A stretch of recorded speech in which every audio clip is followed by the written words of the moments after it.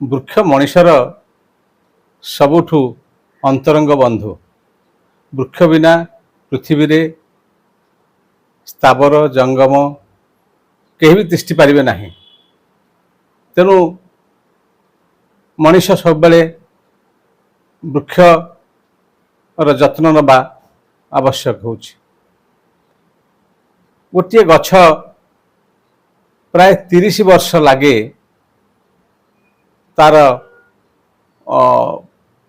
ପୂର୍ଣ୍ଣ ରୂପ ପାଇବା ପାଇଁ, ଏବଂ ସେଥିପାଇଁ ମୁଁ ସବୁବେଳେ କହି ଆସିଛି ଗଛ ନ କାଟିବା ପାଇଁ। କିଛି ବର୍ଷ ତଳେ ଜଣେ ବନ୍ଧୁ ଆସିକି ମୋତେ କହିଲେ ସେ ଗୋଟିଏ ନୂଆ ସ୍କୁଲ ତିଆରି କରିବେ।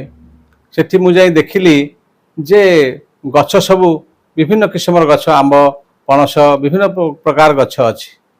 ମୁଁ ତାଙ୍କୁ ପରାମର୍ଶ ଦେଇଥିଲି, ମୁଁ କହିଲି ଯେତେବେଳେ ସ୍କୁଲଟି କରିବେ ଗଛ ଗୋଟିଏ କାଟିବେ ନାହିଁ, ତାକୁ ରିଲୋକେଟ୍ କରନ୍ତୁ, ଚାରିକଡ଼ ବଡ଼ ବଡ଼ ଗଛ ରହୁ, ଏବଂ ପିଲାମାନେ ଗଛ ସହିତ ଗଛ ସଂସ୍ପର୍ଶରେ ଆସନ୍ତୁ, ପ୍ରକୃତିକୁ ଚିହ୍ନନ୍ତୁ ଏବଂ ପ୍ରକୃତିକୁ ଭଲ ପାଆନ୍ତୁ, ଏବଂ ଯେଉଁ ଛୋଟ ଛୋଟ ଗଛ ମଝିରେ ଅଛି ତାକୁ ରିଲୋକେଟ୍ କରିକି ସେ ସ୍କୁଲଟି କରନ୍ତୁ। ସେ ମୋର ଉପଦେଶ ମାନିଲେ ଏବଂ ସେମିତି ସେ ସ୍କୁଲଟି ଯେତେବେଳେ କଲେ, ଗୋଟେ ଇଣ୍ଟରନ୍ୟାସନାଲ ସ୍କୁଲ ସେଠି ସ୍ଥାପନ କଲେ, କିନ୍ତୁ ସେଠି ଗଛ ଗୋଟିଏ ସେ କାଟିଲେ ନାହିଁ। ସେ ଗଛ ଗୁଡ଼ିକ ପୁରୁଣା ଗଛ, ସବୁ 50 ବର୍ଷ 100 ବର୍ଷର ଗଛ ଏପର୍ଯ୍ୟନ୍ତ ରହିଛି, ଏବଂ ପିଲାମାନେ ଖୁସିରେ ସେ ଗଛ ଛାଇରେ ଖେଳୁଛନ୍ତି ଏବଂ ଗଛକୁ ଭଲ ପାଉଛନ୍ତି। ମୋତେ ଦେଖି ସେ ପ୍ରକୃତରେ ଖୁସି ଲାଗିଲା। ଇଏ ଗୋଟିଏ ବଡ଼ ଶିକ୍ଷଣୀୟ ଜିନିଷ ଜୀବନରେ। ତେଣୁ ଆମେ ସମସ୍ତେ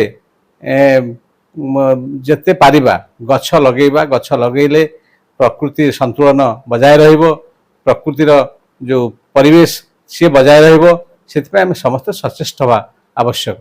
ଏବଂ USAID ଯେଉଁ ଫାଉଣ୍ଡେସନ ସେ ଯେଉଁ କାର୍ଯ୍ୟ କରୁଛନ୍ତି, ଇଏ ଗୋଟିଏ ବଡ଼ ମହତ୍ କାମ। ମୁଁ ଭାବୁଛି ସମସ୍ତେ ସେଥିରେ ସହଯୋଗ କରିବେ।